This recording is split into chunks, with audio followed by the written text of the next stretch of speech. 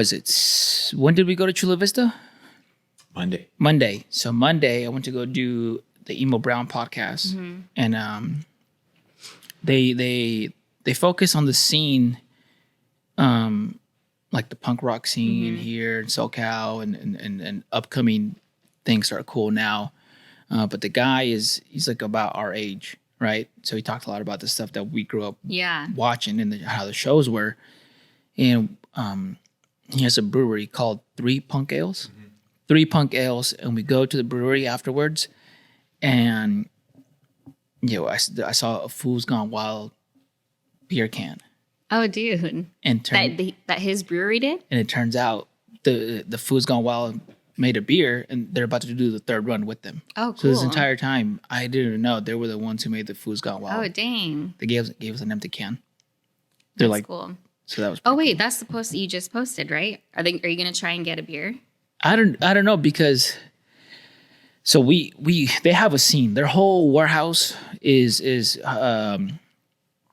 so they got the brewery, but they make the podcast, and when you enter, there's like a conference table, there's a bathroom, there's a fridge full of beer and water, and then they have a bartender, and they have two tables, and the cameras are rolling, and they got the producer, and it's a whole scene, and they got a big ass room that you can do whatever.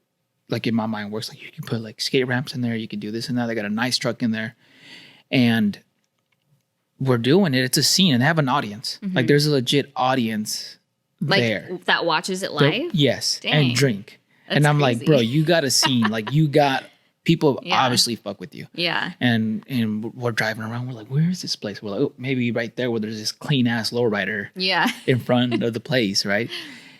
And one of the guys was like, "Oh yeah, you guys should do a collab afterwards." And then he's like, and I was like, "Oh yeah." And he's like, "Well, it's up to him." So when he said it's up to him, I'm like, in my mind, I was like, "It's up to you." Yeah. So I'm not sure. That'd be cool. A beer would be cool. Is that like a thing where people have an audience for their podcasts, like a talk show? It is. It can be, but that's one of the first ones that That's crazy. And I've been, Andy Stumps did his podcast. He doesn't have an audience. Yeah. Mike Ridland doesn't. He is the first one where I've been to, and people like want to fucking be there and check it out live. And it was a good time. It was some good people. They took care of us. Afterwards, we went to go eat, and they showed us around town. And Chula Vista it's got a nice vibe. Yeah. Yeah. You been there? Mm-hmm. We used to live in San Diego. So I used to work in La Mesa, which isn't too far away from Chula Vista. Yeah. But yeah, we've been down there. What did you do for work? It was when we first got married, and I was working at a painting company in San Diego. It's like just in the admin.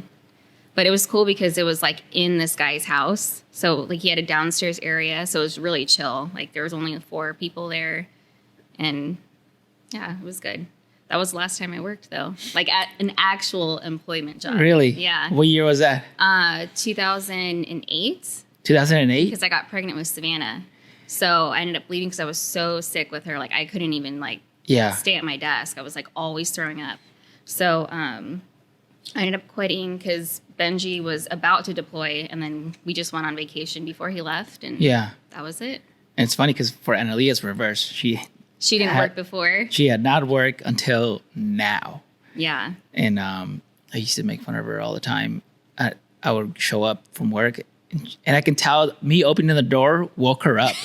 And she would come in pajamas and she's like, "Oh, you're home." And I'd be like, "Did you just wake up?" That is so funny. Well, there was that period when Benji always tells you when I was like playing video games the whole time he was gone, and there'd be like stacks of plates like next to me because I would just eat as I was playing.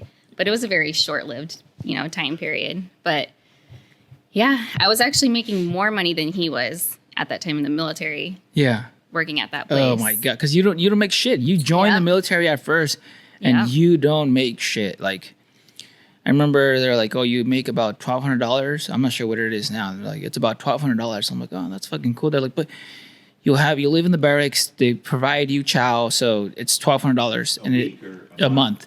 And they're like, but everything else is covered. So you have, like your BAH, like your housing or whatever. Yeah. Everything's covered. And then I forgot about taxes. So when they give me my first check, it's like $500. Dude. And I'm like, what the fuck am I? And then you have to You have to buy things just to make your life easier in the military. How much gear have you seen Benji buy? Dude. I mean, in the conventional side, definitely. I remember him spending a lot more. When he went to MARSOC, it was a lot more given to him for his job. But yeah, I remember there was a lot of money. And then like the uniform allowance that they give you, like once a year, whatever it is, it wouldn't go to the uniform. Nope. Because we couldn't afford anything, you know? So, but yeah. Yeah, because I remember I came home and I told a buddy, I was like, oh yeah, I get, he's like, how much money are you making in the military? And I told him, and he's like, that's it. He's like, I make more than that. And he worked at a pizza place. Yeah, dude. Whatever. Those were the good times. Yeah. So besides playing games there, were you already doing jiu-jitsu? I wasn't doing jiu-jitsu. We were actually training at City Boxing.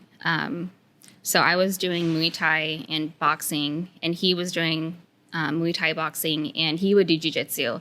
And it was like the class after or before. I forgot what the schedule was. But it was only about maybe 6 guys, and they were like heavyweights, like big Brazilian guys. And I was like, dude, there's no way I can do that. Because the warm-ups are like firemen carrying each other like back and forth. So it's like, I'll just do, the Muay Thai and stuff. But yeah, I never did it. When did you get into jiu-jitsu? I started jiu-jitsu in 2005. My first class was like New Year's Eve, I think. And it was because my professor talked me into it. He like cornered me. He's like, do the women's class. And I was like, ooh, I don't know. At the place you're at right now? Yeah. Because Savannah had been training there for about 2 years. So I would go there like at least 3 or 4 times a week because she was doing judo and jiu-jitsu. And I was interested in it. Like I liked watching them doing it or whatever. And I was learning technique watching them for those couple of years. But I was just scared to do it because obviously it's a little bit weird coming into it as a woman. Like, I don't know, it's very close contact with men mainly. And I was like, ooh, I don't know if I feel comfortable with that. But now I don't care because I realize it's not like that. Yeah. But yeah, he cornered me into doing the women's class. And he's like, you need to do it. You should. And I was like, okay. And I couldn't sleep that night. I was so nervous. To try. I can imagine it being nervous, obviously, for that main reason. But like, there's also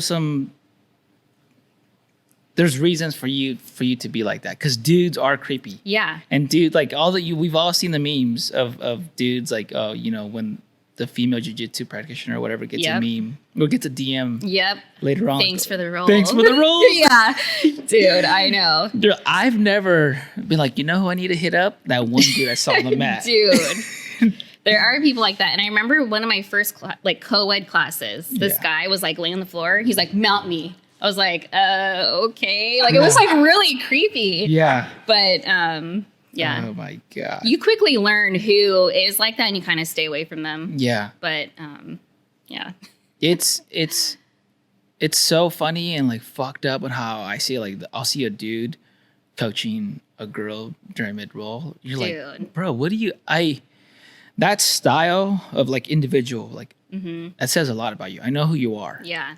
The fact that you're like, because you weren't coaching the other dude before and the dude after that.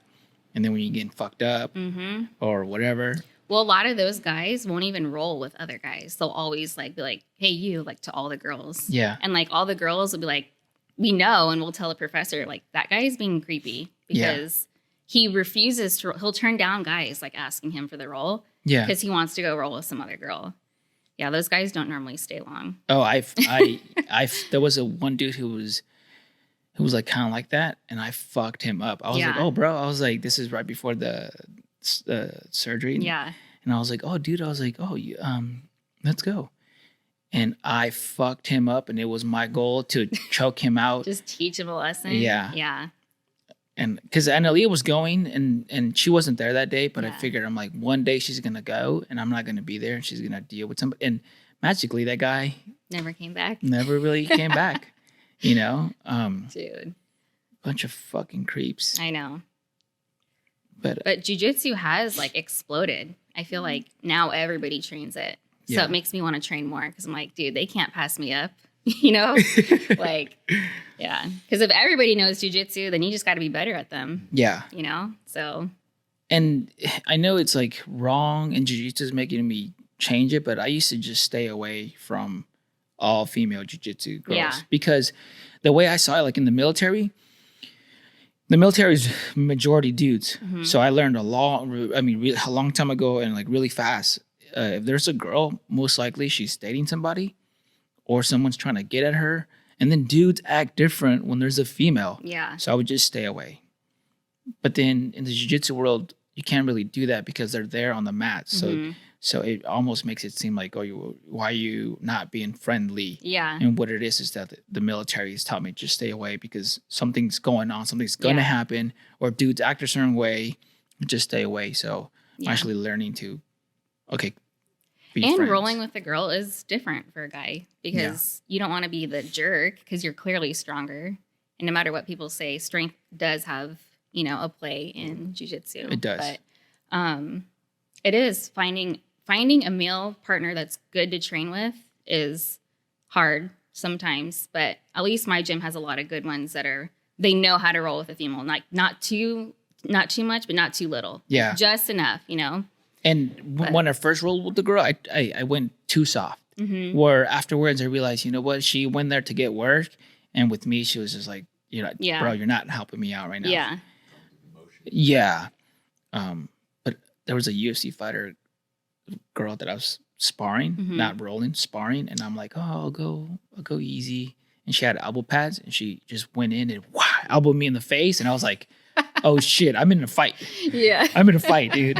And she was longer, taller and longer than me. And so I was like, well, okay, I'll try to get her back, but like lower body, not necessarily punch her face, but maybe I'll give her a good kick or a good body punch or something because she clearly wants to work. Yeah. And I remember that feeling like, oh, fuck, dude, you're in a fight right now. Dude. Yeah, one of my strength coaches was maybe like 3 years ago. She went to our gym, but now she's a wrestling coach at San Clemente High School. She was one of the first women MMA fighters like in history. And she was freaking tough, dude. Like she would spar guys all the time, And there's no going easy on them. No. And honestly, I think we've talked about this multiple times. Sometimes I feel like the girl fights are better than the dude fights because you're like, bro, like, what are you doing? You're playing to, what is it? Not safe, but what is it? It's you're not taking risks, right? And I feel like female fighters are like, they have to, because you already are against the grind sometimes with some people, and they just go there to show that they're tough, and it's some of the best fucking fights on the card. Yeah. Especially the UFC. Yeah. And Bellator. Yeah. You ever think you're going to be an MMA fighter? No. I enjoy watching it, but no. So just jiu-jitsu for now? Just jiu-jitsu, yeah. How is it? I mean, I would like to do striking because Yeah. I think it's fun to do, but... Benji's probably like, bro, shut up. Yeah. No, because when we went to City Boxing, we would like spar. They had a ring and like we would do it there. I actually had to stop training because I got pregnant with Savannah. So I was sparring like against other girls when I was pregnant. I didn't know. And I was like, oh shoot, because I was getting like kicked in the stomach and stuff. Yeah. But no professional fighting or any amateur fighting for me. And then you competed. I did. You I did competed a lot? pans. I just did pans and like white belt worlds. Yeah. But You think I you got can... silver for both. Oh, nice. Yeah. You think you compete now? Maybe. I think once my cardio is back up again, I'm just a little bit more worried now because people are like balls to the wall when you compete. Like it's not your friend. You're there to win no matter what. So I just want to be careful with my new kidney. So what's it like rolling? I feel fine, like, as far as, like, my kidney. Like, there's no pressure or anything. I feel normal. But it's just my cardio, man. Like, I felt like I had asthma. Like, I could not breathe. And it was starting to, like, panic me. Yeah. So that first week, I was tapping out, like, just because I couldn't breathe. And I was like, hold on a second. Like, and they're like, okay, no, don't worry about it. Yeah. But I feel bad for those people, too, because I don't want to ruin their role. Yeah. But it's gotten better. So I've been going like 3 to 4 times a week. And then this week I've been doing 2 classes a day. And I haven't been tapping because of my breath or lack of, but it's getting better. But people have actually said that I feel stronger. So I don't know. I'm like, it's probably because I'm just fatter now, but now I'm just heavier. She's like, no, I promise you're stronger now. But because I have gained weight since. Yeah. But, I mean, yeah. So what happened?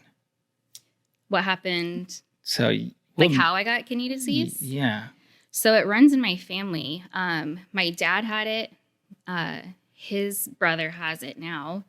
My grandfather had it. So my dad's dad died when he was 8 from kidney failure. My grandpa's sister or his aunt had it. So we've been like finding further and further people, like especially with all the genealogy stuff, we're finding more records of people with kidney problems. Yeah. It's just something that's genetically in our family, and they still don't know why we get it, because I took this gene test for kidney disease, and it tests you for like 80 something different types of like gene mutations. And I came back clear. And he's like, well, it's clearly still a genetic thing. We just don't know what your gene is or what the cause is. Yeah. So, but everybody gets it like in their 30s. And everybody lives like a healthy, active lifestyle. So it's not like they were heavy drinkers, like smokers or any of that. It's just like our kidneys scar over, and then you start getting high blood pressure, and then that scars your kidneys more. And then they just completely like become useless. So since I knew it ran in my family, we kind of tracked it a lot more, a lot earlier, I guess, especially with all my pregnancies, because that puts strain on your kidneys. Yeah. So I was getting a lot of blood work done, and we noticed it was like starting to decline, especially around Oakley. So Oakley was supposed to be our last kid, but that wasn't Benji's plan. So. Yeah, but. And then what year is that? Oakley was born in 2014, so it was around then. And I started seeing my nephrologist, and he was, giving me different medications for blood. He was just watching it at first, saying, watch your diet. We're going to see how you progress. And every time I went in, it was like lower, lower, lower. So then he put me on blood pressure medications to try and like regulate, because then my blood pressure started spiking. Yeah. And it still was declining. And he's like, I don't know, I can't stop it or slow it. It's just doing it. So I think you should, really start looking into transplant or getting dialysis soon. And I was like, dude, I don't not want to go on dialysis. And then was Benji still in MARSOC, or he was still in MARSOC? Yeah. So things started really going downhill after I had Sparrow. And that was when he was thinking about getting out. And I guess that was when he was like, I need to get out because, things are getting real, So, yeah. And then, you were going to city boxing, doing jiu-jitsu, surfing. Yeah. And then what changed throughout? I stayed active basically up until transplant. I was still training. So, and I was doing like kickball on a team, like in a female team. That was super fun. But it didn't really change like my lifestyle in any way, because I think part of the reason I kind of denied that I had an issue, I was like, dude, I'm just going to do what I do, Yeah. And I'm in a lot of support groups for like on Facebook where people ask questions about their health or whatever for those conditions. And so many people would spiral into depression because they're like, of their doom that is pending, Yeah. And I didn't want to be like that, because like, why worry about what's not there yet, It's kind of like future me problems. Yeah. But so, I tell that to Benji all the time. Yeah. We'll be saying something. I'll be like, I'll let future Angel worry about that. Yeah. Because I was like, I'm not going to spiral myself down because of what's going to happen in 10 years. I'm still going to try and be a good mom, be active, all that stuff. So it really didn't change much of my lifestyle other than like diet changes. I was really exhausted all the time. That's why I had to like take a break from jiu-jitsu that last year prior to my kidney transplant. Just because if I did go, it would wipe me out for like the whole day. Like I was just on the couch like this, and I couldn't like take care of my family, Yeah. You got 4 kids. So I was like, yeah, exactly. I was like, I don't know if I should be doing this to everybody else. Yeah. But, or like towards the end, like even just going to the grocery store for me was like, that would put me out for like hours too. Damn. It was just so tiring for me.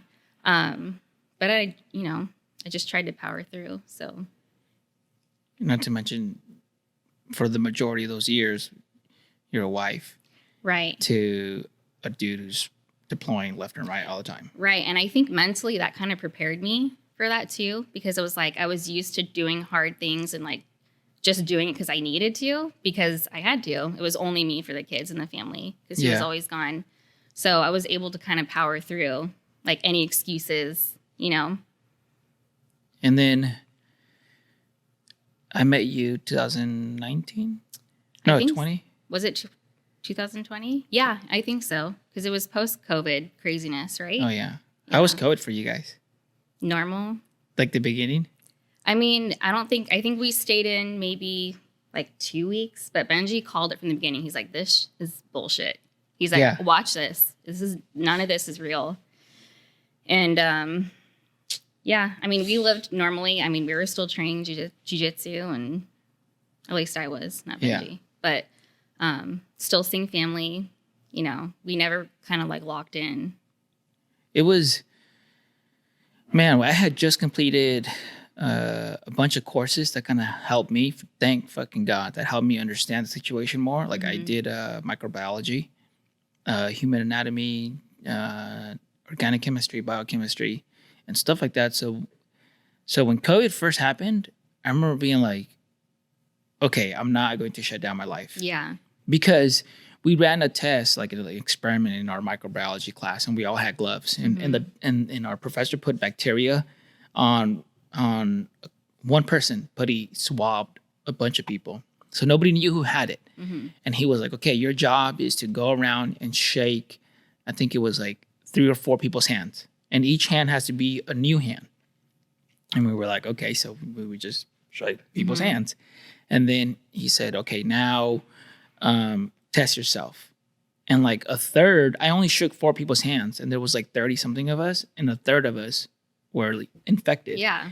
And I'm like, okay, well, if I saw this and only one person did that, and then we ran, in that same class, we ran an experiment of bacteria, industrial filters.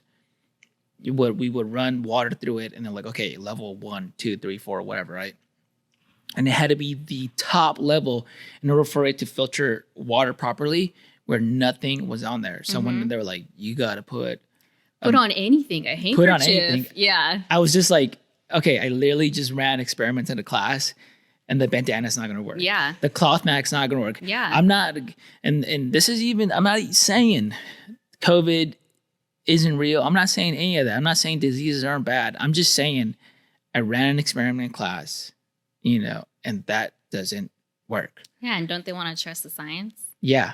And then when they would say, this is a virus, and I was like, okay, well, we went through viruses, and we went through bacteria and all this stuff, right?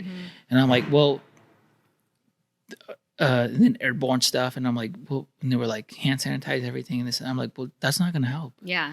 With COVID, something that's airborne. Yeah. And I'm like, and then touching everything, it like hand sanitize your hands, like it doesn't make sense. Like if before everybody found out that I was airborne and all that, I'm like, if you get your food from somewhere, you have the delivery guy, the packaging district, the people at the store, so many hands touching it. So when you're like, I hand sanitized my hand and grabbed it and then hand sanitized my hands with, but that thing still has it. I know. Well, you remember people were like airing their groceries out after spraying them? Yeah. They're like, leave it outside for like an hour. Yeah. I know. It was insane. Yeah. It was a great way to contradict logic. Yep. Yes. Yeah.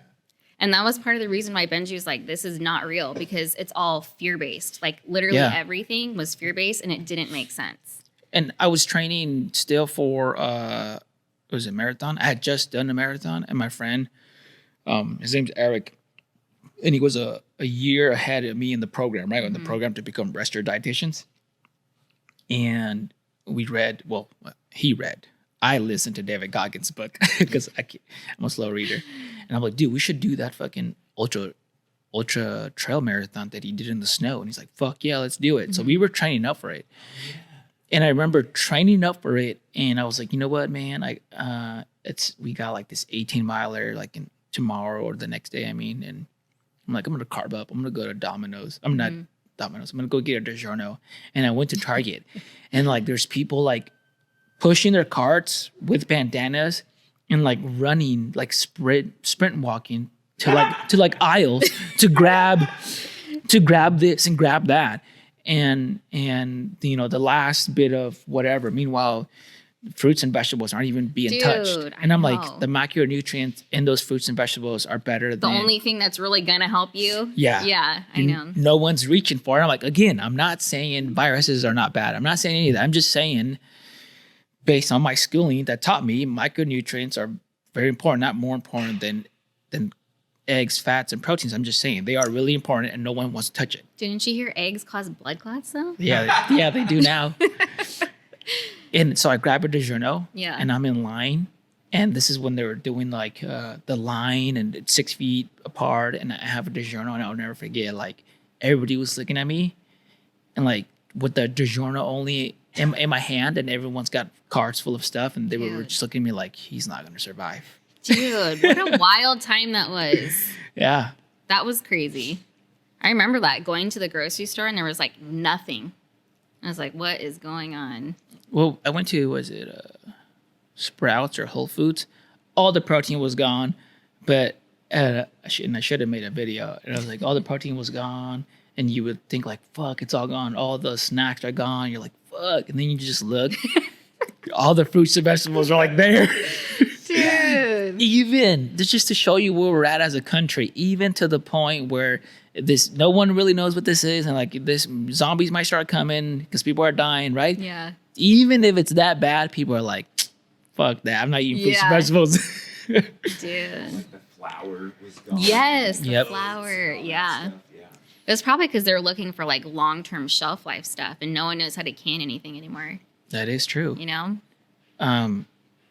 And then, so when I went to Virginia, and then Benji had sponsored that event, that's when I met Benji. Yeah, I remember seeing that first picture of you guys in Yeah. front of the limo. And I remember asking, who is that guy? He's like, oh, he's like, he owns this company, you know, like out here. And I just met him. He's a really good dude. He brought his family out. I was like, oh. And that was like it, you know? That was it. Yeah. And it was that event and that day where I was like, Benji's a good dude. And seeing how the kids, because I've been around people, and you too, you've seen it, right? When like kids, the parents aren't that great. Mm-hmm. And you see that there isn't that love and connection, you know. So when I saw that, I was like, his kids clearly love him. So Yeah. so he doesn't, you know, he's got to be somewhat of a good dad. Like Yeah. kids don't lie. Mm-hmm. They just don't lie. If you're a shitty person, they're not gonna go in public and be like, I'm gonna show him so much affection in Right. public. It's just not how it goes. Yeah. And then when him and I started hanging out and talking, and I was like, dude, you and I are so similar. And then the more and more we talked, and I was like, oh my God, we're so similar. And then when I met you, I was like, that's Analia. That's just, because there's not just Analia. What it is, it's a version of wife. Mm-hmm. Version, because I've seen, how many divorces have you seen in the Dude. military? A lot. Like A lot. all your friends, how many of them are Well, divorced? out of my friends, they're all still married, but my group is very small. Outside of our group, it's like people are on their third, fourth wife, you know? Yeah, that's average. In the military? Yeah. Yeah. I don't know about regular conventional because we were only in conventional for, I don't know, maybe 4 years max. Yeah. But definitely in the soft community, though, because it's a lot more demanding and a lot of people aren't willing to live that life, you Yeah. know, separately for so long. Yeah. And the guys aren't the best when No, they're they're not. out of country. So, you know, a lot of They're people animals. don't. Yeah. And it's the divorce rate in the military towards like in the civilian, it's much higher. So in the civilian side, divorce rate is high. Very high. The military is higher. Higher. Yeah. And it's smaller. Mhm. Smaller community. Right? Yeah. Yeah. So when Benji was telling me, I'm like, dude, there's not that many strong women like that. Because I think, you know, and it's not it's not the lady's fault. Because I get it, you know. Yeah. Oh, he's about to join the military. It's really awesome. That's great. And then when you're like doing it and living it, you're like, oh fuck, this isn't a movie. Yeah. Where it's nice, cute, and sweet. Yep. It's not that glamorous lifestyle. It's not. Yeah. And so I was like, damn. I was like, and he didn't tell me. Sometimes that Trek hair ain't worth it. Just kidding. But no, yeah. And so I was like, yeah. And what would I want? What would I want if Anelia was like that in that situation? Of course, I would fucking want to help her, but I can't. And being used to being able to do something about a problem, and then you find out you can't do anything about it. Yeah. I saw like the maybe the devastation is it, but what is it called when you realize you can't do anything? Just like hopelessness? Yeah. Like your strength and how much you know and how smart you are and fast you are, like none of that matters. Especially when it's someone like Benji who's like, we'll just figure it out. Yeah. You know? Yeah. So then I was like, yeah, no problem. And I thought, I'm not sure, but Benji was like, this food's like, I'm not sure if he's real. Dude. Well, remember when he told you, he's like, I just knew it was going to be you. Yeah. When you said that, he's like, dude, it's going to be Angel. I know it. But yeah. So go back to how it led to that conversation. Well, because by then he'd already been working at DSG. We've already met. And I was already like, oh, I love, and then our kids matched. So on every level, it was cool. Like, you know, Benji and I were cool. Our kids were cool. And Lee and her were cool. Like everything was great. And I missed that, you know, because when I got out, I tried to hang out with people that I grew up with. And it was very depressing. Yeah. They're like still stuck in that bubble. Yeah. Yeah. Or even gotten worse. Or been like, dude, I thought everybody had high hopes for you. Like you were a star in the football team or on the soccer team or whatever, or you were like the cool kid. And now it's not like that anymore. And it's like, fuck. So I'm like, hold on to this. You got this. And he cared about community, right? So it was easy. It was easy to make the decision. And like always, I didn't think about it. They're like, and I didn't even talk to Anelia. I was like, I told Benji, yeah. And Anelia being Anelia was like, yeah, I think. I know. She's so chill too. So chill. I get so lucky. She's a gem, yeah. And the doctor's like, oh yeah, you know, you looked everything up, right? And I was like, yeah. And then meanwhile, I had to look up shit. Yeah. Until I looked everything up and I was like, oh fuck. And I was like, it's too late now. Oh. Nah, just kidding. No. Do you ever second guess doing it? Fuck no. No. Because like a lot of the good things that I do stem from this deep darkness. Just pure, sad, fucking soul cutting pain. Like how many good dudes I've seen die. And I'm just like, fuck, dude. Like, they were good people. And you have some of that survival skill, right? Because you're like, this dude was fucking legit. Or he was so nice. Or he cared about everybody. And like, how is it that he fucking dies, but I get to survive? You know? So I'm like, fuck. So I have to live a life that they are proud of, right? That that their sacrifice isn't for nothing. And also we can't come home and destroy ourselves, you know, and after we survive everything and just have self-destruction, it's like, then what was everything for? What did they die for? For us to come home and have our own pity party and just fucking blow our brains out and leave our families with additional pain? Like, that's not the answer. Yeah, life is a gift. There's value to it. And I think people try to go away from all the bad stuff, but that's part of life. Being sad, being, you know, the pain and the hurt. I don't think life, you have to have both. You're like, oh, I feel sad or I feel whatever. Well, how do you know what's good if there is no bad? Yeah, and I'm just gonna take a bunch of pills so I don't feel that way. Or so I don't have anxiety. Well, maybe you should address your anxiety issues of what stems from it. So no, I don't second guess it. Well, you know, our family is super, super grateful for doing it because I know it was a huge sacrifice on so many levels, especially for your family too. It wasn't just you, you know? Yeah.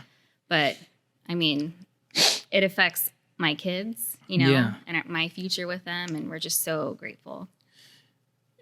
finally, I was telling my family, I was like, oh yeah, I was like, and Haley was like bathing me and tying my shoes and putting my clothes on. She's so sweet. I was like, turns out she can do more than what she's already done. And my sister's like, you know, you didn't have to Give a kidney to find give that a out. kidney to find that out. Everybody funny. knew that. She does everything for you. Turns out she can do more than she already does. Yeah.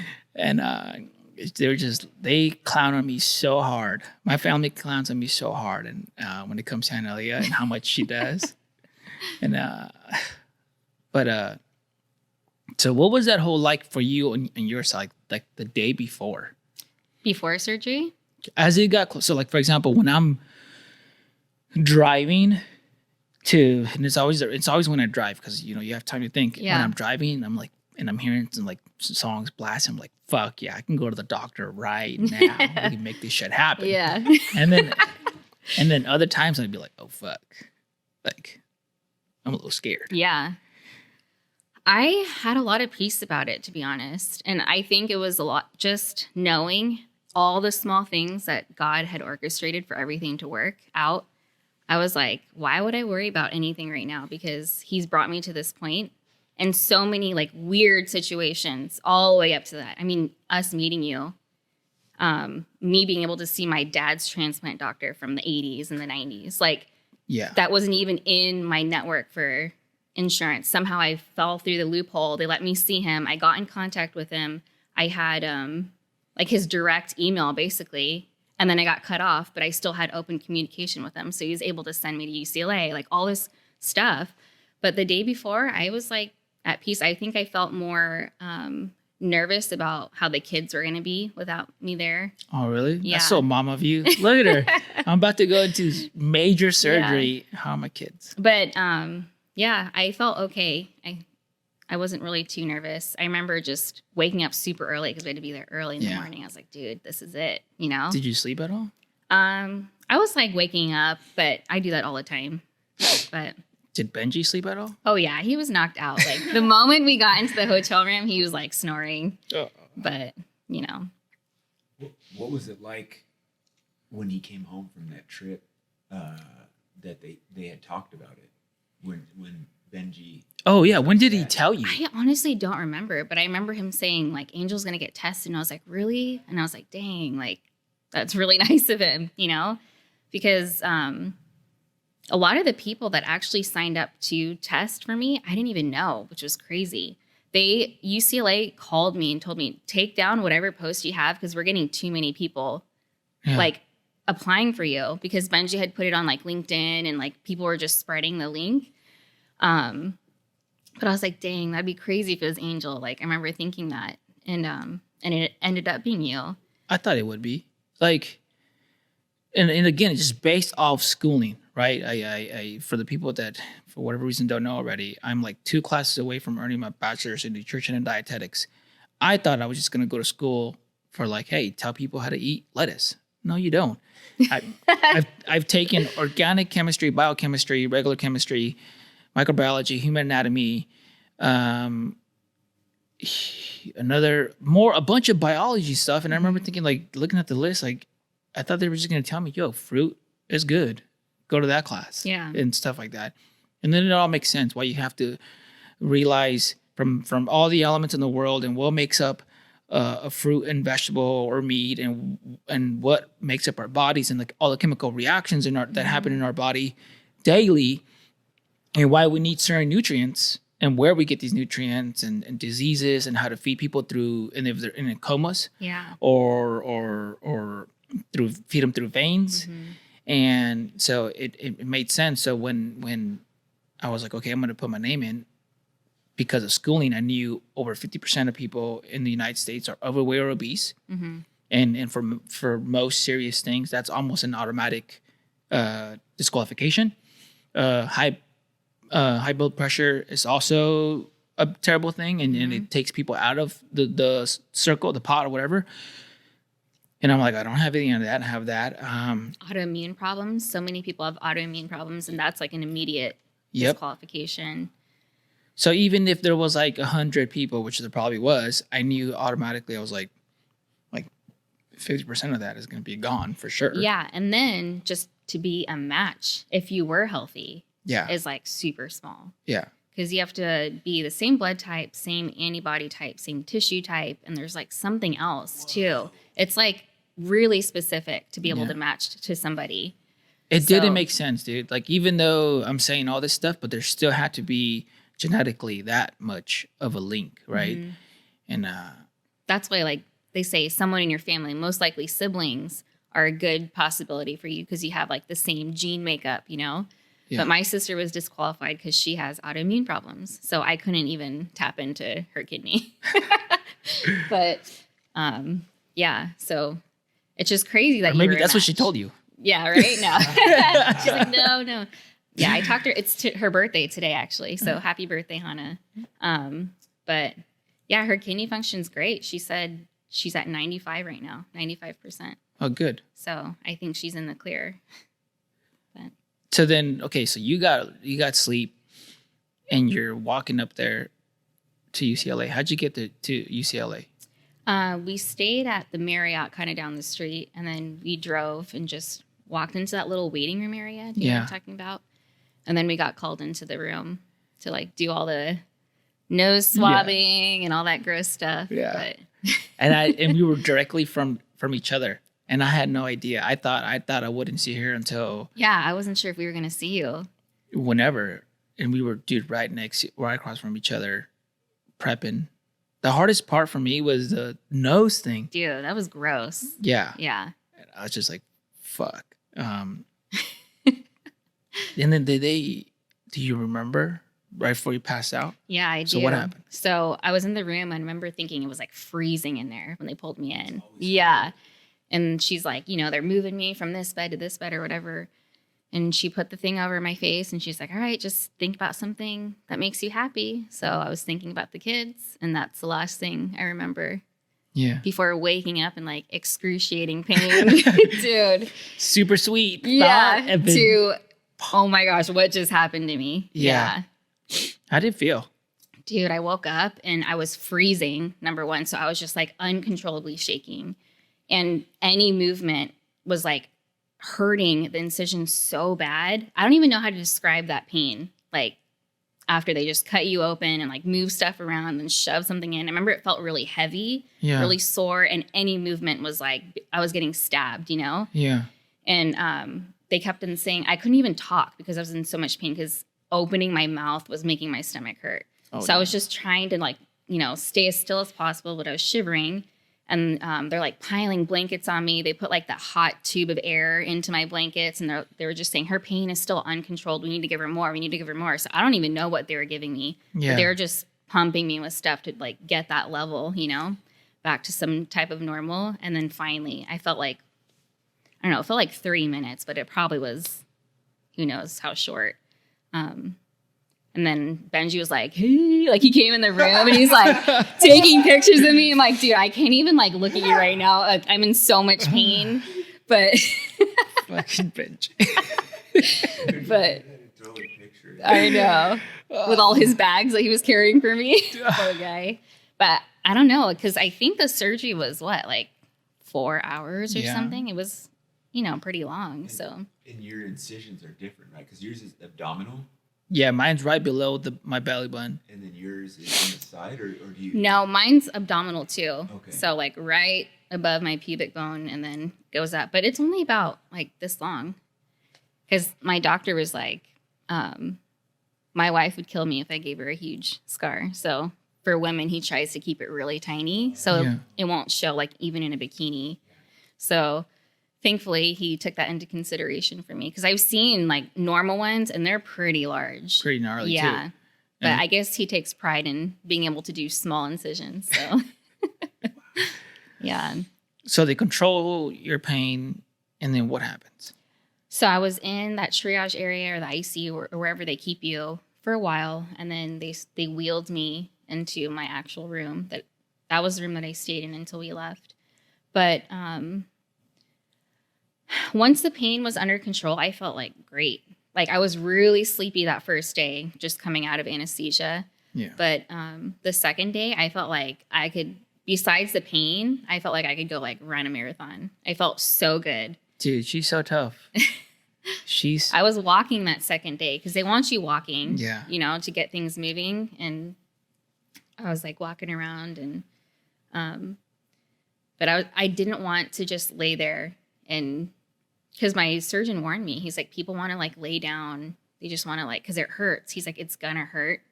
Just ask for more pain medication. You have to get walking. Like the quicker you walk, the quicker you're going to heal, the better you're going to heal. So I did. But yeah, and actually, I think I left the hospital, was it 2 or 3 days? I think it was 3 days to let me go. And normally you have to stay about 5. But everything was so good. Like I was healing really well. The kidney was like working amazing from the get-go. They said before it was completely connected, it was like working. God damn. Yeah. And it was working too well, they said, because they were having to like pump like phosphorus, magnesium, all this stuff because it was just clearing everything. And I lost 7 pounds of just all that fluid I had been holding on to within a couple days. Yeah. But did you feel, besides the pain, what did it like? Did you notice a difference in your body? Yeah. Like your daily functions? I did. Like I told you, I was waking up super early, like at 4:30 every morning. And I was like, why am I waking up at 4:30? So I texted Angel. I'm like, hey, what was your schedule like, you know, like before the transplant? And he said he was getting up at 4:30 every morning. I was like, dude, this is nuts. But I felt like my body had weight lifted off of me. It sounds weird, but my body felt light. And I think it was just the exhaustion.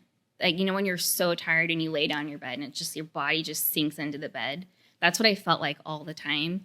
And once I had the kidney, it was like I felt so light and just I had so much energy, and I felt my brain fog was gone. Like, I don't know, it was weird. What was your kidney function prior to they said it was about 5% when I went in. And like,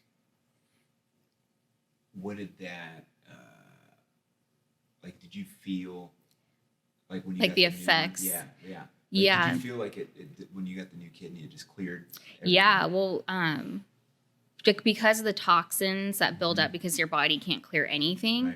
Right. The exhaustion, I was nauseous a lot because it was just like made me feel sick. I didn't have any of that anymore. It was like immediate. And my doctor told me, he's like, you're going to feel really good, because it was a slow decline. Like you don't really notice how much you've declined compared to what you felt like before. Yeah. And then you're going to wake up and you're going to feel amazing. Just take it easy, you know, like when you move and stuff. And it was exactly what he said. I felt like $100, 100% better, more than $100. She's like $1 million bucks. I meant 100%. Yeah. I felt like $1 million bucks, but the difference was astounding. It really was. So you get home and your kids you're there? What was the first day at back? the house? Yeah. Yeah. Of course, Sparrow was like, Mom, and like wanted to be picked up and stuff, and I couldn't. I hated that. Yeah. But they were really good and really happy to see me. But my mom took great care of them. Yeah. Because Grammy only gets to come like once a year, maybe once every 2 years. So it's kind of like a special treat to have her there too. So I think it was great having her there. It was a good distraction for them. But what about you when you came home? No. Today's not about me. I want to hear. Okay, so my kids weren't there. They weren't at home when you came home? No. They were at... Damn, what were they? I don't even remember. Somebody was watching them. Yeah. Whoever's watching them is like, it was me, motherfucker.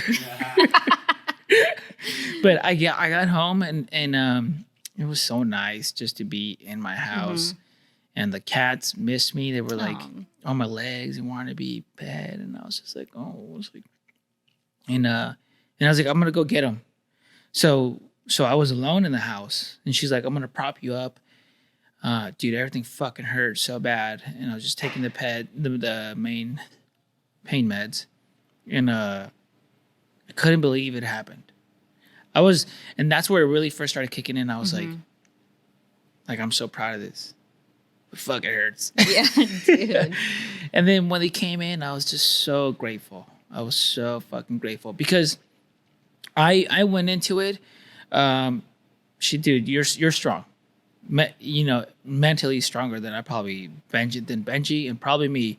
Because when you went into it at peace, like I was fucking as scared.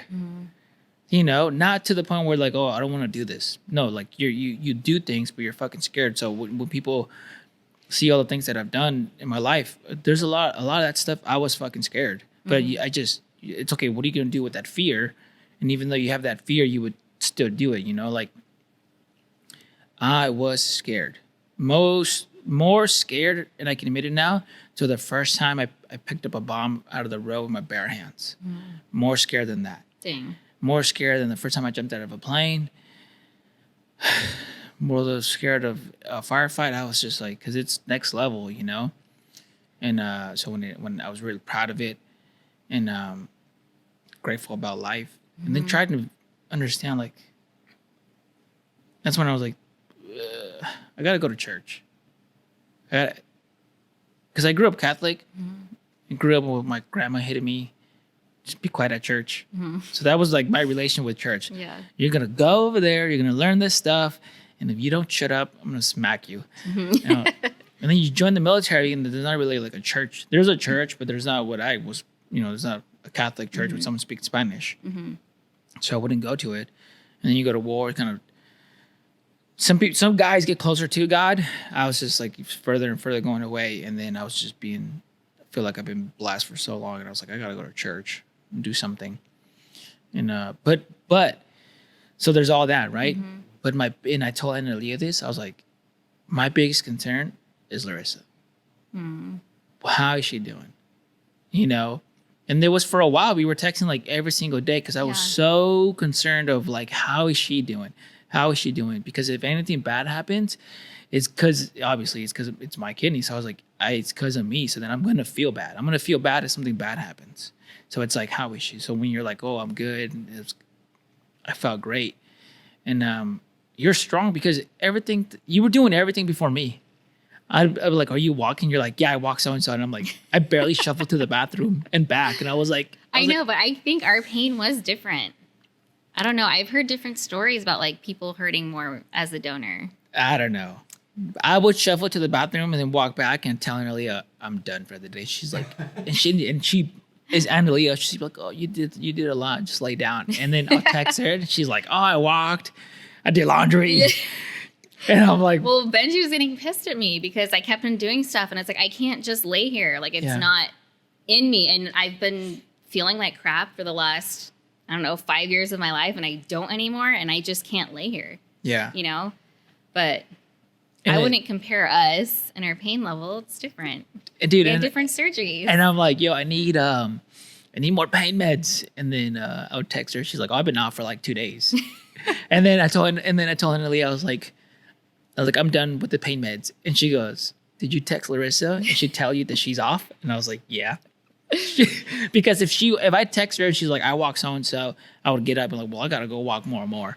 And, or I got to do more. And then when she's off her pain meds, I was like, well, if she's off, then I'm off too. But I'm like, low key fucking still hurts. Well, I wanted to be on them longer. I was just scared of taking them because I didn't want to become addicted because they were giving us like hardcore stuff. Yeah, they were. Yeah. And I was originally taking like 3 or 4 times a day, like whatever they were like dosing me, it was a high dose.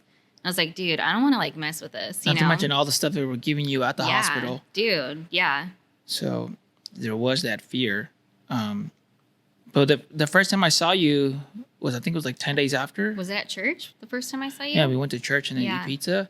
And I looked at you and I was like, you looked, even though you were slow and stuff like that, you looked more alive. Yeah. I was telling her, I was like, did you notice like her skin color? That's what everybody was saying. Like, she's got like a glow. Color. Yeah. And I was like, she looks more alive. Yeah. And then, so we're that, but how did you feel when you first looked down? Looked down at it? Yeah. I was like, dude, that's crazy. Like, I don't know. I was really nervous to see it when they took the bandage off because I was afraid it was going to be giant or, like heal bad or whatever. But then when I saw it, I was just like, dude, I can't believe like, it was more of like, I can't believe I had a kidney transplant because my family, and I always kind of knew I was going to have one. For some reason, I always knew my kidneys were going to go bad. And back to kind of what you were saying earlier, like about your fear, I think a lot of my fear and peace came from knowing kind of the process too because of my dad. Like being a child and seeing my dad go through dialysis, transplant, life after transplant, it wasn't so foreign to me, you know? So I had a little bit more peace about that. And with you, you're kind of going into something that you don't, that world that you don't even know, you know, about just the daily life and the sacrifices and all that stuff. But it was kind of shocking to see the scar at first. And then, like, as the little steri strips were peeling off, it's like you see more of it, you know, because you couldn't really see much. You just saw it was taped up. But that was another competition because you pulled yours off first. It's like, well, Angel pulled his off. Yeah. I got to pull mine. I know. Dude, I attached so much of my trying to build up the courage and strength off you. Oh, you know, because dude, I was fucking scared before it, and I'm like, yo, if Larissa's going into it strong, I can go into it strong. And but the strips, when I looked down there too, I was like I knew, obviously I knew it was real, everything happened, right? But when I looked down there, I was like, oh shit, they really did cut me up. Yeah, right. These motherfuckers really went in there. Dude, how long was your surgery? I think mine was shorter. Mine was only like 3 hours. Okay. 3 and change. So yeah, I was like, oh crap. But just being vulnerable. When you're walking around, you're like a high schooler can beat me up right now. Yeah. You know, but it seems like you picked up things up right away, right? Yeah, pretty quickly. Yeah. How many days was it till you started driving? Hope my doctor's not listening. It was, well, I had to because Benji was like working somewhere and the kids had like their championship baseball games and stuff. So I was like, I have to drive them. You have to? I did. There's Uber. No. There's Lyft. I felt okay. Like lifting there was like right after surgery, like lifting your leg was like excruciating. Did you have that too? And people are going to my family's going to make fun of me even more. You know what Annalie would do? What? She would pick up both my legs. Dude, I had to ask Benji to do the same thing though, because like, I don't know, it was like right where that muscle, you know, that you engaged to lift your leg, it was like cut or whatever. Yeah, for everything. Yeah. So like just lifting my leg to like put my shoes on or even get dressed, dude. I was like, I would set up my pants, like leg hole open, and like lift one leg in. And then the other one was fine because only the side that they cut. But so I knew I was okay to drive when like I wasn't having pain lifting and I was off the pain meds. So that wasn't going to interfere with my judgment, you know, so I was fine. But I think I drove maybe 3 or 4 weeks after surgery. Annalie wouldn't let me drive for shit. She would put on my clothes. Larissa's over here like, I can still do it. Well, because everybody would be downstairs. I'm like, I'm not going to call them upstairs to help me get dressed. But like I said, that's just me. I don't know. Yeah. I guess it's pride. Now, how about the amount of support that came from all this too, of everyone wanting to Dude, I feel like support came from every facet of our life. Like the military community. And the comedy show too? Yeah. The military community, the jiu-jitsu community, my church. Just friends like online that I haven't really met, but we've been, you know, friends since MySpace days. Things like that. I felt like there wasn't anybody that I didn't get support from in some way.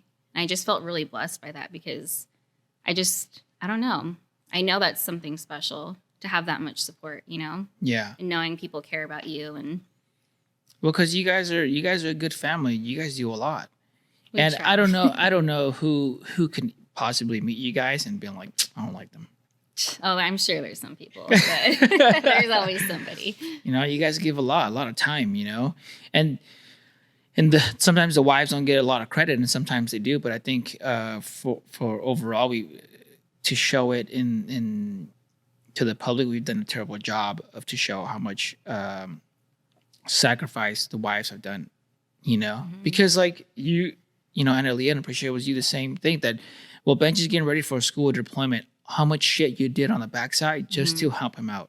And then when he's over there, how much you took care of life so he wouldn't even have to worry about it. And then when you would come home, how much you would help and also put up with, like, this is a different individual that left. And then the worse he saw, the more he changed and the more you just adapted. And then you get out and you spend a lot of time and money for the veteran community.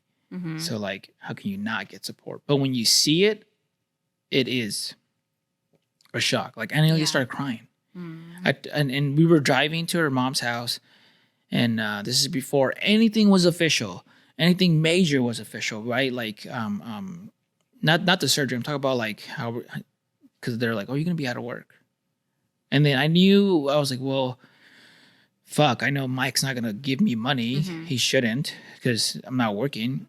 And then so when he finally told me, like, hey, you're gonna be on your own, and I was like, yeah, man, I'm gonna be on my own. He's like, but we'll work something out. I'll try to help you where I can. We'll make things happen. And I'm terrible at finances at the house. So I was like, how much do we need a month to survive? And then Aaliyah, told me, and I was like, you multiply that by like 2 or 3 or 4 months, however much. And I'm like, where the fuck is all this going to come from? Yeah.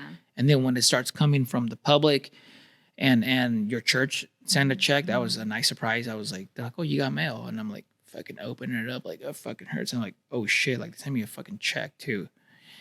And I don't have to worry about any of that. And when I was telling Aaliyah, she was crying. And then I'm like, yeah, we're driving. It looks like I'm making you cry. Can you please stop crying? Like, because it looks, and it's like jam packed. It's 5 o'clock. Yeah, everyone's trying to go home. So it's not even like we're driving and people are like, someone's looking in there. It's like everyone is stopped. Everyone's going to be like, yo, this dude's making her cry. Yeah. So yeah, it means a lot. And it's crazy. And I think that was one of Benji's stresses going into the surgery and everything, because he wasn't going to be able to work, taking care of me. Yeah. And that was where a lot of the peace came from too, because financially we were going to be okay during those times, I mean, it was going to be tighter than normal, obviously, but the major stuff was going to be covered, and it really came from everybody. It was crazy. People I've never even met, like I had like, and it was not just money. It was people like, we're dropping out food, we're helping out with minor things, and as a collective, we even had to tell people like, yo, stop. They're like, oh, I'm at the grocery store. What do you want? And we would tell people like, don't get us anything. And then they'd text us, text Annalia, like, hey, well, we're gonna be in your house in 10 minutes. We just picked up A, B, and C. And we're like, we told you not to. Yeah. And then we would have to tell people like, no, seriously, don't drop off food. Like, no more food. The fridge is full. We have so much fruit. We can't eat it all. It's going to go bad. Please stop sending us food. But even to the point where Carla Sparza, at the time she was the UFC champion, she bought a bunch of meal prep foods and sent it to us. And I sent her a DM to tell her thank you. Yeah. And Operation Healing Forces was like a huge support for us too. Yes. And for us too. And we met them through you. Yeah. And they're an amazing organization. What do they do? They serve SOF families with just any kind of support. They do retreats just for spouses and like amazing places. Benji and I went to the British Virgin Islands through them, and they pay for everything for like a full week, and you're living like a king. And it's weird because with special operations, you obviously have a lot of time away, so it's kind of just meant for couples to reconnect, kind of like find their ground again, why they're still together, things like that, just because the divorce rate is so high. But they offer support, like their immediate needs program is huge. They were a huge help for us. They're just an amazing organization. Yeah. And they sent us to the Rams game. Dude, in the suite. Yeah, that was dope. Awesome. Dude, because you have, so at the Rams Stadium, right, you have the regular seats, and then you got on the field seats, and then you have like the little private things. But we kept going lower and lower to the level. And at each escalator, there'd be guards, right? Or like, not guards, but like security people, right? And then it'd be like, oh, where are you going? And they'd be like, oh, no, you're down. And then like, oh, no, you're down. And then it'd be like owner's suite. And you're like, holy shit, dude. You go in there, there's a bartender. The view is amazing. A bunch of food. And they brought the whole family. Yeah. So us together alone, right? It's what, 6 of you? 7 of you? 6. Yeah. 6 of you, 5 of us. So 11 people that they're feeding parking passes and everything, Yeah. all for free. Epic. That's epic. Yeah. That was a They great. do stuff like that all the time. Like we went to the horse races. It's all these very wealthy people that donate their money to the couples and the families. And they also do like retreats for just wives and like the couples retreats, but it's people that donate their personal vacation homes, like all around the world to use. So they're donating their home, and then they have like their monetary donations to cover costs like airlines, all that stuff. And it's a super cool organization. Yeah. So, dude, it's what made the recovery, the stress of financial stress to be, basically gone. Yeah. And now you're only worrying about trying to get better. Yeah. And the weirdest part, I'm not sure if you want to talk about it. I What? think for me, trying to go take a shit Dude. or pee. So the first time I peed, you have a catheter, right? And when they took the catheter out, and the first time I went to go pee, well, there's some air that was in there, and dude, I peed, and at the end, a little bit of pee would come out, but a bunch of air, and it made a noise. So my dick queefed, Oh my God. and it happened to me twice. So that's just peeing, right? And you have to like push it out, so it hurts. But the first time oh my God, the first time to take a shit for me, and Aaliyah's like, oh, the doctor said you got to be on all this stuff to make it easier for you. Oh, a stool softeners? Yeah, because you're taking all these pain meds. And I was like, okay, I'm eating fruits and vegetables. I'm good. I got a lot of fiber. And like the first day, nothing happened. Second day, I didn't go to the bathroom. And then on the third day, I was like, dude. Did you have like death farts up leading to it too? No, dude, 'cause just even trying to, Dude, that was the problem. You couldn't get rid of the gas. you couldn't get rid of the gas because, dude, you would feel it. You would feel it. But I'm like, I can't even get it out. It hurts. Like Dude. they just cut you there, right? You use all that to squeeze it out. And so I sit there and I'm like, fuck. And then just to do a little fart, you were so happy. I was just so happy. Yeah. Just a little fart. I was like, ah. Yeah. I can't even imagine how much was in there because I looked pregnant and like I couldn't get rid of it. It was super painful. Yeah. And Aaliyah, so then Aaliyah gave me everything the doctors gave us. And then she even went to go get extra because nothing was happening. And she goes, oh, drink this tea. Was it that Chinese tea? I Like don't- a slim tea or whatever that gives people diarrhea? I don't know, but it was probably that because she gave me everything that the doctor told us for me to take. And then she's like, drink this tea. And I was like, okay. And I drink it. And she's like, do you think you have to go? I was like, nah. She's like, maybe I should make you another one, but let's wait. And then I go to the bathroom and I don't fucking get out until like, I must have been there for an eternity. And then I get out, lay down, and like 5 minutes later, I'm like, oh shit, I gotta go. Dude. And I think I can't remember what she was doing, but she kept leaving the house and coming back, maybe dropping off the kids at jiu-jitsu or something. And she's like, do you want more tea? I was like, no, stop. I'm done with the tea. I am done with the tea. I have been peeing out of my ass. I was like, Scene from Dumb and Dumber when he gets on the yes, toilet. yes, it was like that. The Dude. first round, it was exactly like that, but real. And I was telling her, like, no more. I'm empty. There's nothing in here. Okay. It just hurt. Yeah. Well, with me, I was on so much medication that caused diarrhea.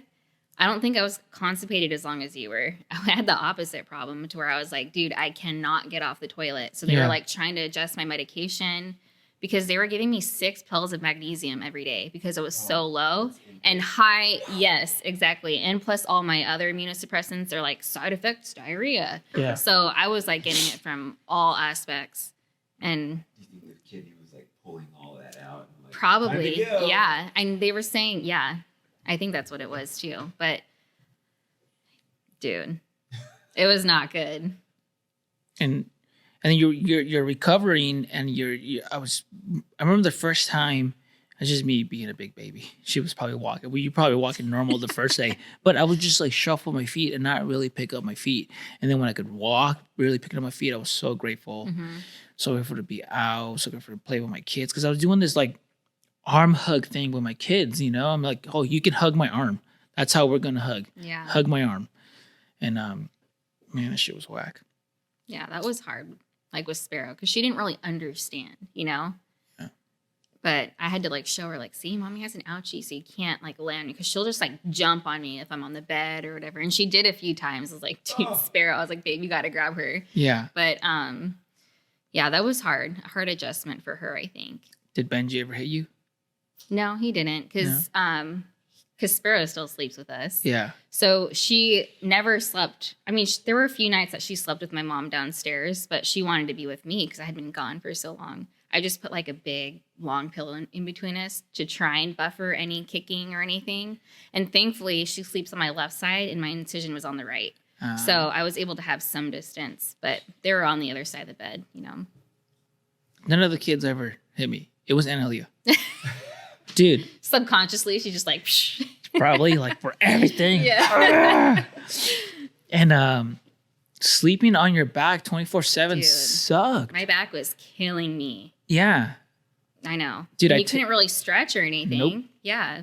And then I text you. I was like, are you sleeping on your side? Like, what are you doing? Getting tips from her. Because I'm like, if she can do it, I can do it. Well, the only reason I knew to like, you know, lean up against the pillow with it in between your legs, because that's how I sleep when I'm pregnant. Because you can't lay on your stomach. They say like only your side, and your back kills you on your side too, only. Oh. So it was like almost like you're tricking yourself into sleeping like on your stomach or something different, but you're not really. But yeah, I remember my back just killing me. Just the lack of movement too. Yeah. You know? You can't stretch. You know, you're just laying down. And the doctors they said, oh, you're gonna feel some side effects, and some of them were like emotional. They said, or how did they? It wasn't emotional. It was hormonal. Dude, I was watching a movie, and it was a sad part. I was like, I'm about to cry. And then, Dang, that's crazy. Yeah, for a while. Well, yeah, your kidneys actually do like trigger hormones and regulate and stuff, so that makes sense. For the sad parts, I was like, I know this is sad. I know this movie's gonna be sad, but I want to watch it.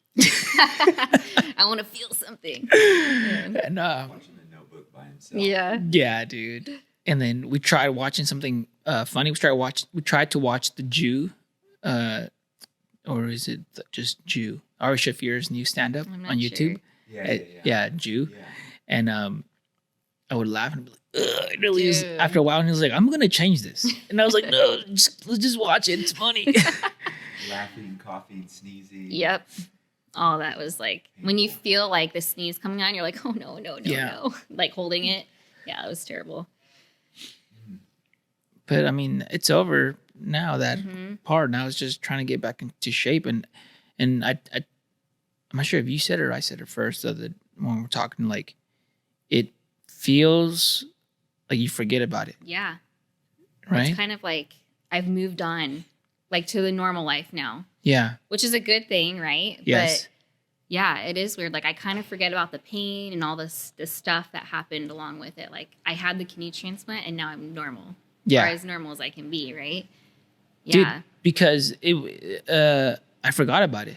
Like I forgot about like. Do you forget just like daily, and you're like driving, and you're like, oh yeah, I gave my kidney up. Until somebody brings it up, do I remember? Like I was at the gym. I wasn't training yet. I was just at jiu-jitsu class for the kids, and I had just tattooed my hand.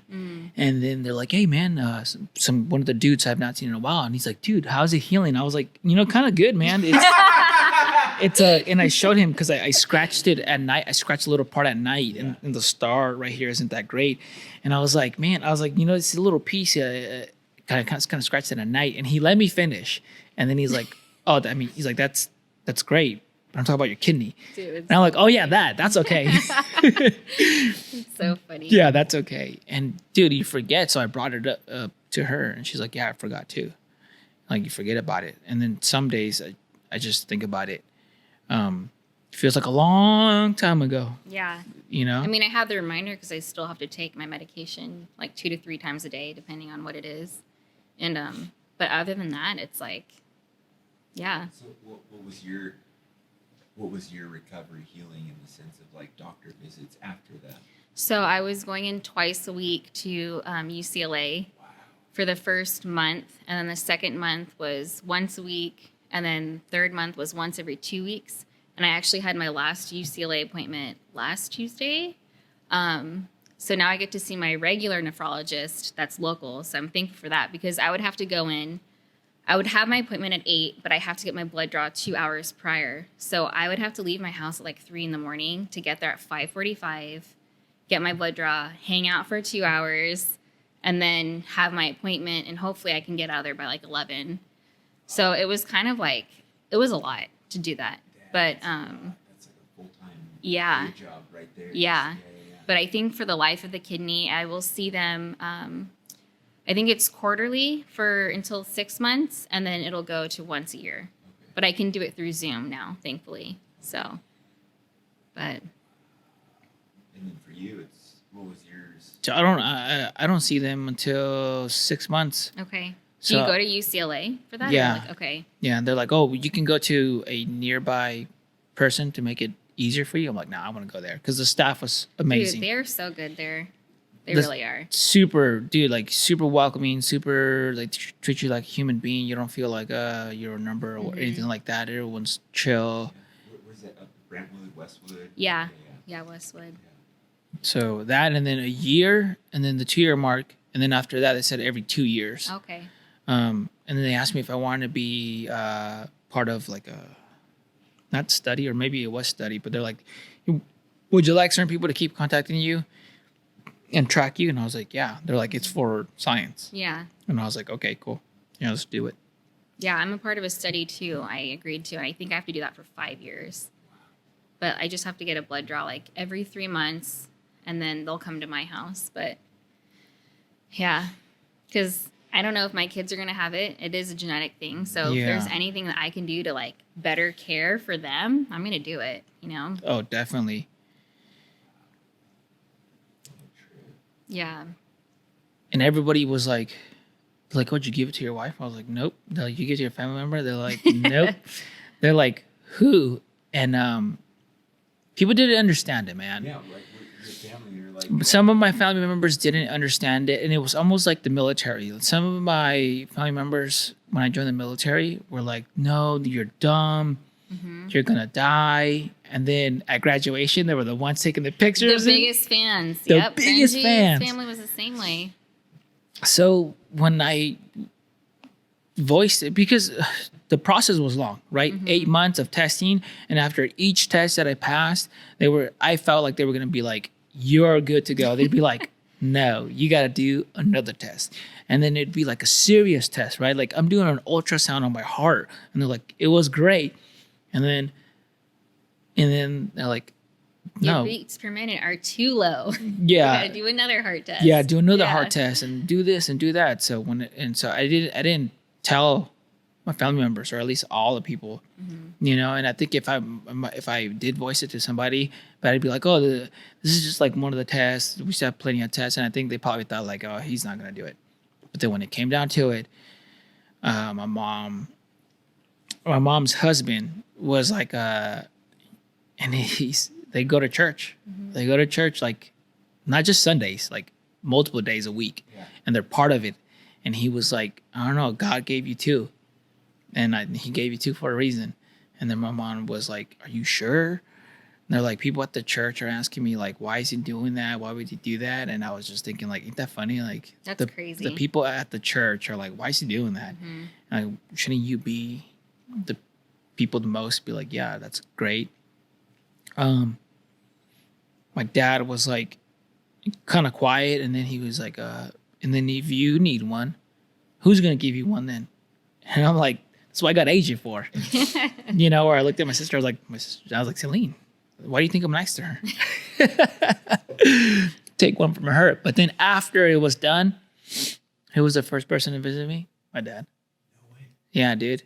I didn't even tell him, like, come visit me. He didn't even tell us. We were just the day after and just fucking trying to figure out how to manage his pain. And then my dad comes up and he's like, oh, how you doing?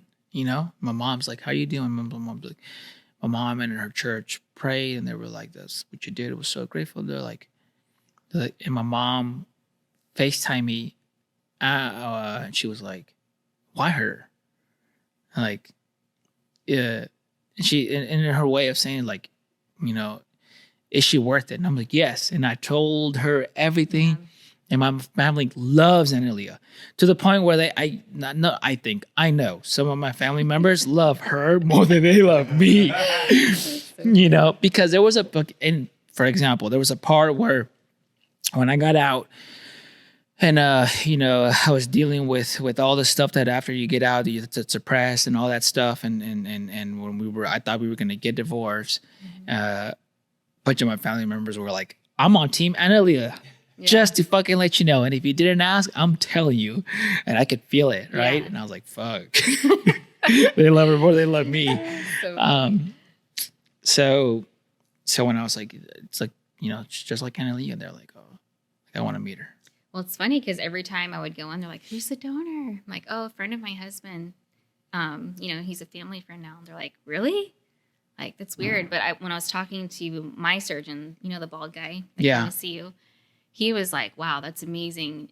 He's like, you need to blow this up. Like, people need to hear this story. And he was saying a lot of donors are actually military. And I think it has something to do with just the selfless nature that a lot of them carry, you know? Yeah. And if you don't have that, people don't understand it, you know? And it bums me out, dude. And because, like, I'll have these friends from college or whatever, or family members, and I love them and for who they are. But I'll have a get together. They live 40 minutes away, and they won't fucking come. And they'll be like, traffic or whatever.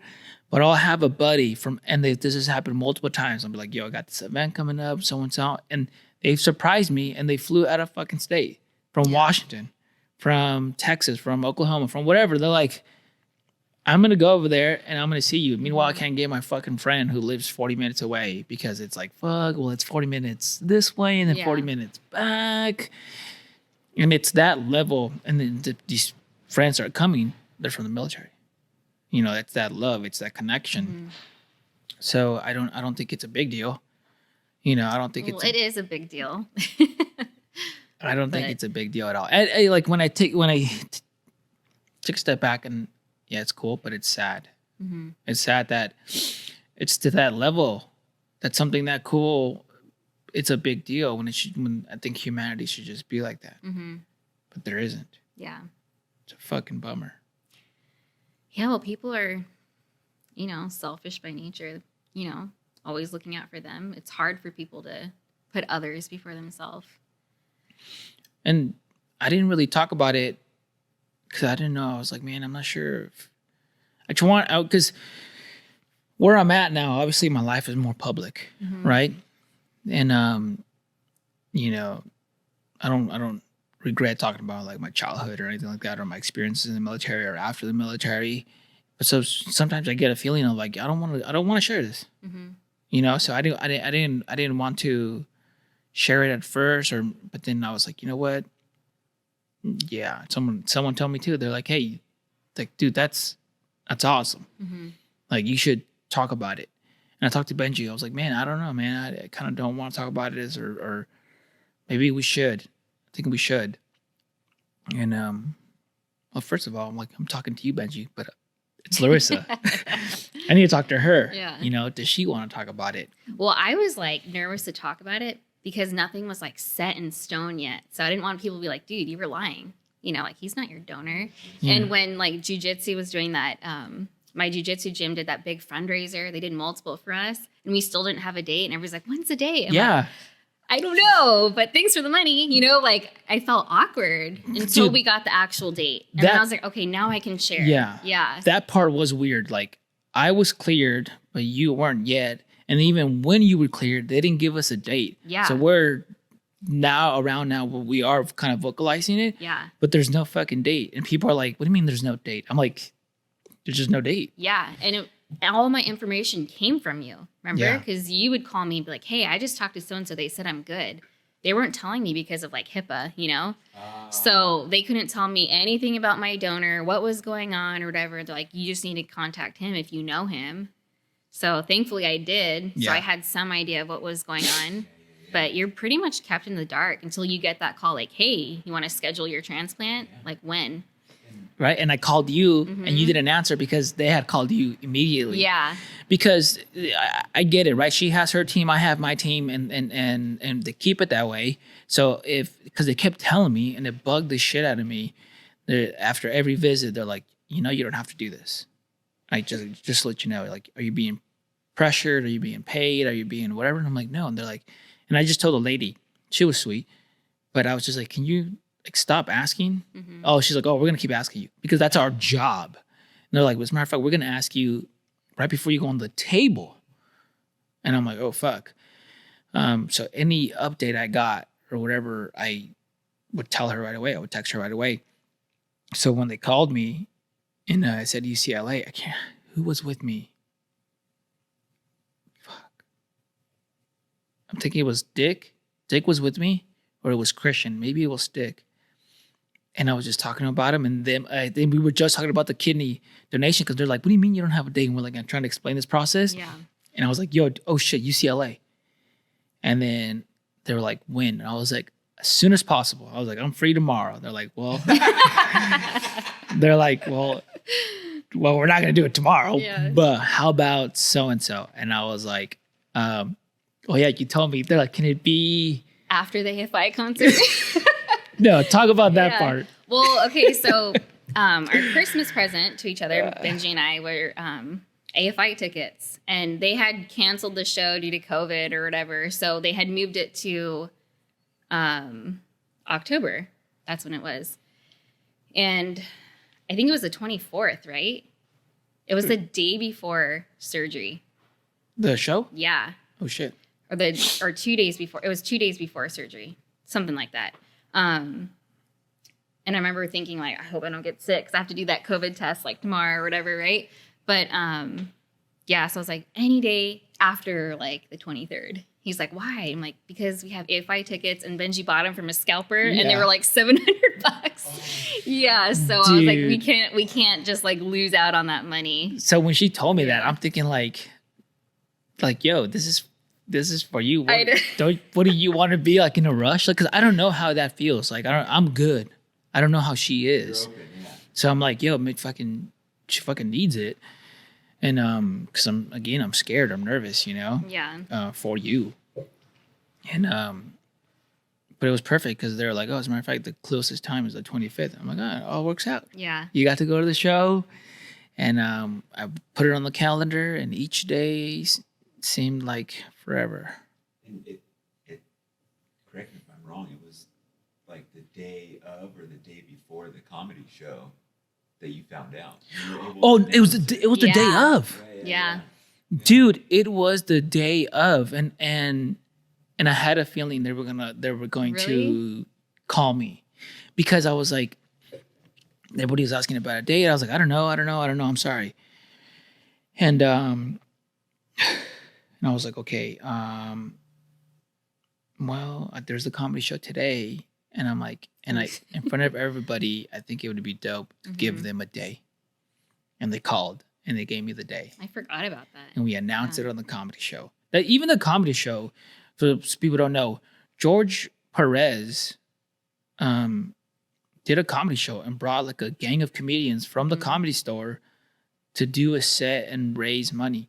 So and people were like, damn, dude, how do you know George Perez? Well, I don't fucking know George Perez. I mean, I know him now, but I'm like, I'm not fucking tight where I'm Yeah. like, hey, homie, you want to come do a comedy show and bring a bunch of your friends and not get paid big bucks? Yeah. Like if you would do a big venue, it was through Defense Strategies Group where,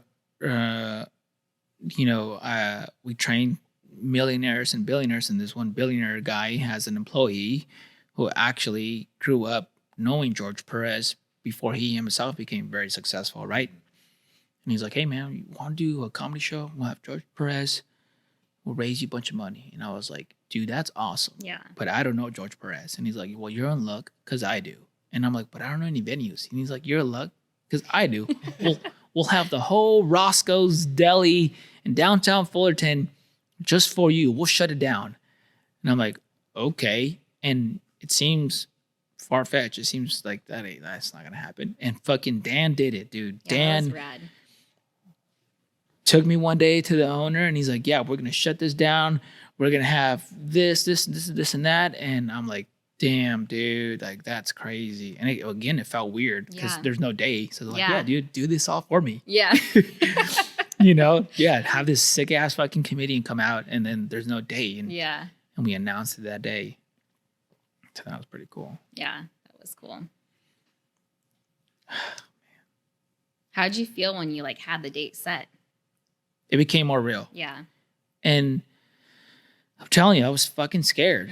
And I'm just thinking about the surgery, and I'm like, fuck. But again, other times where I'd be driving, and like, let's say I'm listening to trap songs or something like that. If you buck comes on, Yeah, I'm ready dude. to do it right now. Yeah, dude. I'd be in traffic on the 405 after, training like 15 people at the range, and I'm all pumped up and like, fuck yeah. I'm like, as a matter of fact, UCLA is that direction. I'm going to tell them, dude, put me in today, man, And there'd be other times where I'm like, fuck, like so scared. Mm-hmm. And I even told, because you never know. You never know. Yeah. And it's scary. I think for me, the scariest part is like when they're like, we're going to put you under. And it was, That part, the thought of having a tube down my throat, I did not like. But thankfully, you don't feel that at all. You're already out by the time they put it in and take it out, right? yeah. So it sounds silly, but that was something that I was like, dude, I do not want a tube down my throat at all. And being put out, it was kind of like weird. But then I had already done the ketamine therapy, and you're in that trip, so you're all kind of out. And but it was funny when they were like, "Oh yeah," and then you will have a catheter, and I was like, "This is like one of the last visits, though. You can have a catheter," and I was thinking like, I don't know. I'm out. This wasn't in the fine print. A catheter, and I remember, and when I told Benji and the guys, they were just laughing at me. I'm like, because like a nurse is gonna be down there, and I kind of, and I'm gonna be scared. It's probably gonna be cold. It's freezing. Yeah, it's freezing, and they'll be like, "Hey, lady, don't judge me now, all right?" It's so and funny. it's so funny. I was just scared of that. Plus, like, it's weird to have something go up there. Yeah. And it fucking hurts, dude. But you're in so much pain from everything else, and people are like, "Oh man, when the catheter hurt and there was blood on it," they're like, "Does it hurt?" And then they're like, "Yeah, it kind of hurt, but you have to understand that they just cut me up. So that what I was already feeling compared to them just fucking 1, 2, 3, Yeah. and pulling that motherfucker out and seeing the blood. No, that didn't hurt. Yeah, the catheter was not fun. Was yours that gnarly too? Yeah, it was gnarly and it was causing issues Yeah. everywhere, But I had mine in for the 3 days because they won't take it out because they want to see how much urine I'm making. Like, how well is the kidney working? And yeah, it was, and they had to clean it twice a day too. So they're like kind of pulling it out and then like wiping everything and then like kind of putting it back in because there's like that balloon on the other side. Yeah. So there's like that pressure, It was not fun. And people, I corrected how I would phrase this because people were like, "Oh, who did you give it to?" And in the beginning, before it happened, I was like, "It was, it's my friend's wife. It's my friend's wife." But then after it, I was like, "It's my friend." And then I told you, I was like, "I feel closer to you than," I was like, "than Benji." And I was telling Lee, I was like, yeah, I feel closer to her way more. And I was like, and it was kind of weird.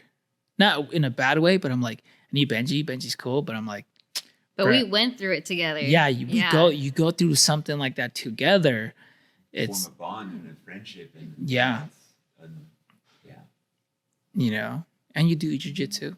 Mm-hmm. And Benji doesn't. He's calling you out. Hey, he went twice this week. Yeah, he did. Yeah. So I was actually shocked because I already did the women's class and I was going to do the 10 o'clock co-ed. And then he pokes his head in. I was like, dude, what are you doing here? Yeah. But yeah.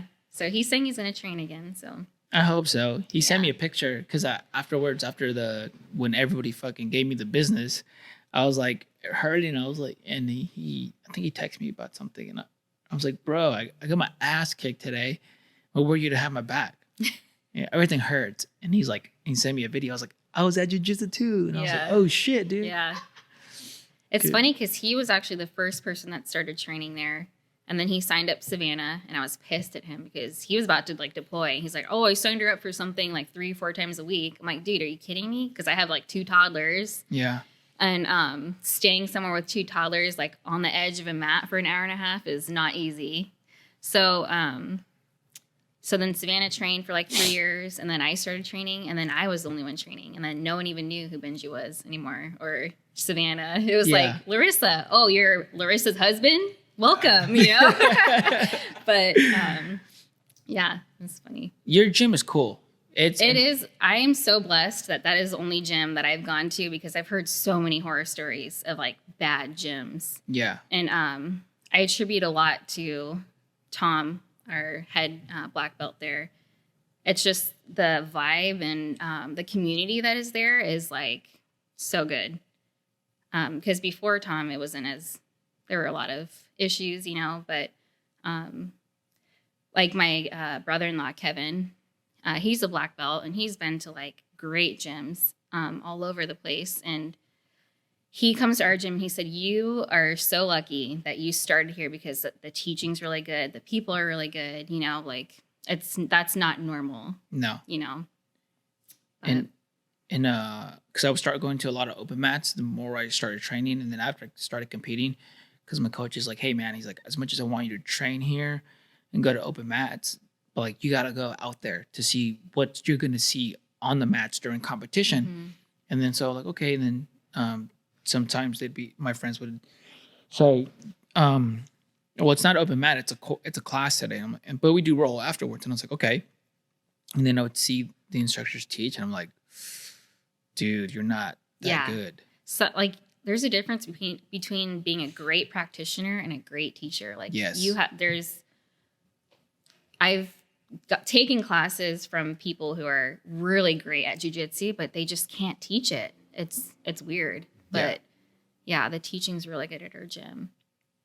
I gotta go back. And that's another thing. There's a lot of professors that like don't want you cross training for some reason. And mine, he encourages it, you know, it's good for you. But I think that's how the community grows. Mm-hmm. And that's how you as a practitioner grow too. So that's cool of them. But you got to come. Yeah, I will. Yeah. I'll go over there again. Does Sparrow go? She wants to. So she's been asking, and I think I'm going to put her in. Like, I was planning on bringing her today if I can, but if not, we'll start her next week. Are you guys coming tomorrow? No, Saturday? Yeah. So I still haven't decided with Benji who's going to go, because I was like, so one of us has to take Oakley to his rocket class. Do you want to go, or do you want me to take him? He's like, well, I really want to work out. It's like, all right. You can wake up early, bro, and work out. Yeah. You gotta. I still don't know.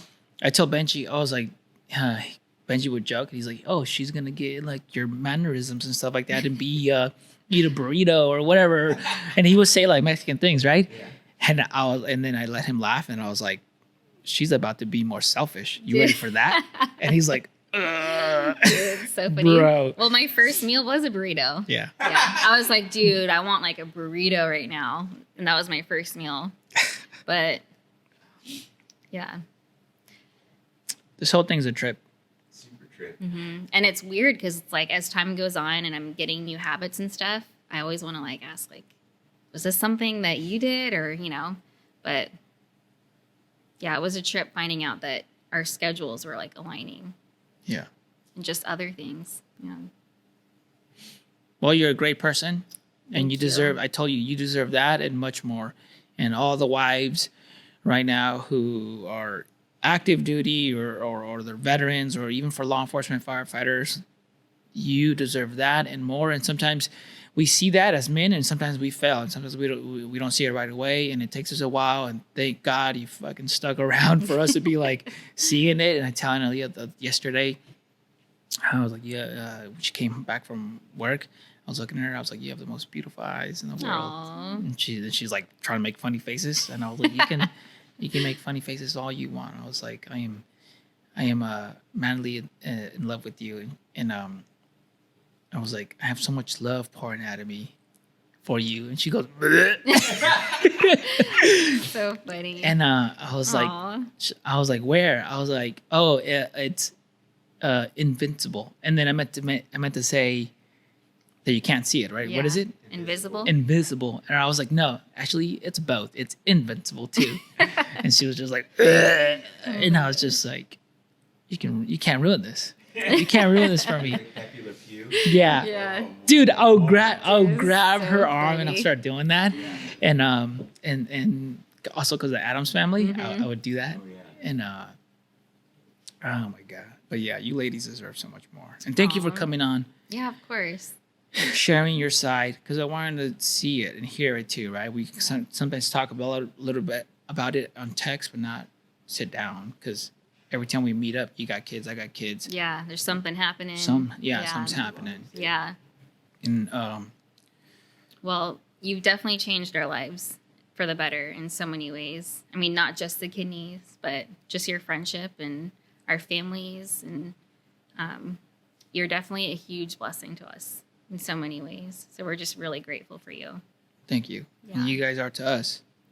And yeah, today's not about me. Today, everybody wanted it because everybody wanted to hear about it. Everyone's like, do a podcast with Larissa. Do a Aw. podcast with Larissa. After they find out, okay, it's not your wife, it's not a friend.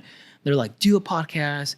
They're like, they want to know more, you know. And I forgot, something just happened, and they asked about you.